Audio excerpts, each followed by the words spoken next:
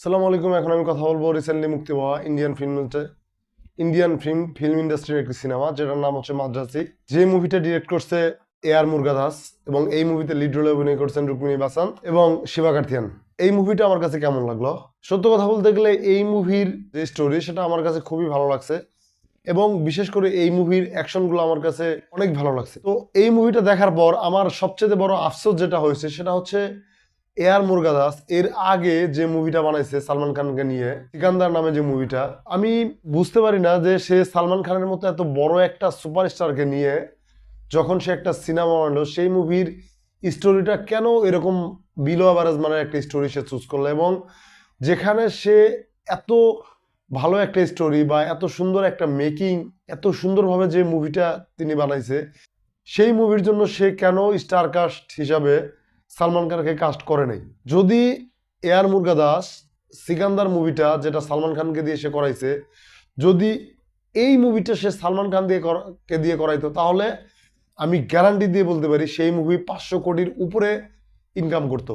এখন এই মুভির স্টোরিটা যদি আমি সামান্য একটু বলি, তাহলে এই মুভিটার স্টোরি হচ্ছে যে এই মুভির যে লিড রোলে অভিনয় করছে, এই মুভির যে হিরো, তার একটা মানসিক সমস্যা থাকে এবং সে একটা মেয়ের সাথে রিলেশনশিপে থাকে তার সাথে সাথে, এবং সে তার ছোটবেলায় তার ফ্যামিলিকে হারায়, সেই কারণে তার একটা মানসিক ট্রমা যে হয়, তার পাশাপাশি একটা ইনভেস্টিগেশন চলতে থাকে।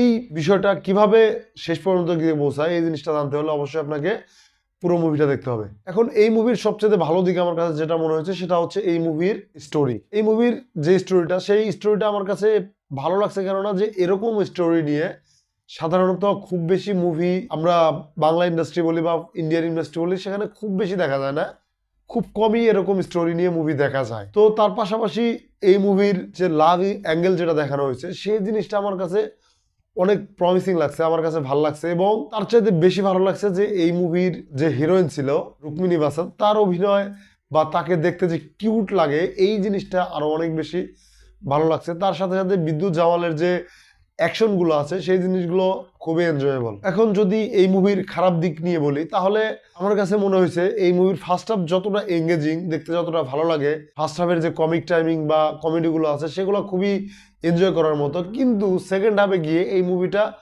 পুরোপুরি চেঞ্জ হয়ে যায়। এখন ফার্স্ট হাফে এই মুভির গল্পটা আমার মনে হয় পুরোপুরি দেখানো হয়েছে, সেকেন্ড হাফে দেখানোর মতো তেমন কিছুই ছিল না, তাই সেকেন্ড হাফের গল্পটা পুরোপুরি মার খেয়ে যায়। যেখানে ফার্স্ট হাফটা গল্প নির্ভর হয়, সেকেন্ড হাফ সেখানে হয়ে যায় পুরোপুরি অ্যাকশন নির্ভর। এখন এই কারণেই এই মুভিটা দেখতে অনেক বেশি বড় মনে হয়, অনেক বেশি লেন্দি লাগে।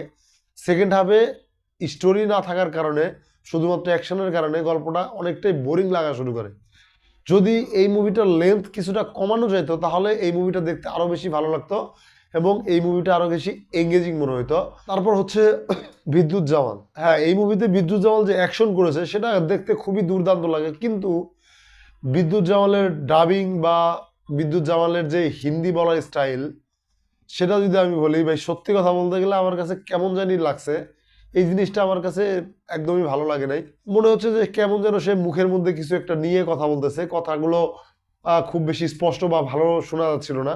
এই কারণে এই জিনিসটা দেখতে খুবই আমার কাছে বাজে লাগছে। এবং সবচাইতে বাজে পয়েন্ট এই মুভির যেটা, সেটা হচ্ছে এই মুভিতে বিজিএম দিয়েছেন অনিরুদ্ধ। এখন অনিরুদ্ধের মতো একজন মিউজিক ডিরেক্টরকে এত বাজে একটা মিউজিক দেয়া, সেই জিনিসটা আমার কাছে কোনোভাবেই কেন জানি হজম হচ্ছে না। এর আগে অনিরুদ্ধের যে কাজগুলো দেখেছি, সেই মুভিগুলোর যে বিজিএম ছিল সেগুলো টপ নচ লেভেলের ছিল, সেখানে এই মুভিতে যে বিজিএম সে দিয়েছে আমার কাছে খুবই বাজে লাগছে। এই মুভির বিজিএম, অনিরুদ্ধ টাইপের বিজিএম এটা আমার কাছে কোনোভাবেই মনে হয় নাই।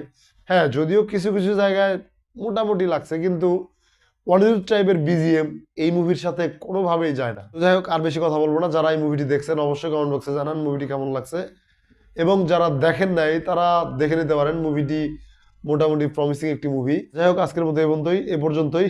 ভিডিওর শেষে বলবো অবশ্যই লাইক কমেন্ট শেয়ার করবেন এবং আমার চ্যানেলকে অবশ্যই সাবস্ক্রাইব করবেন। সবাইকে ধন্যবাদ।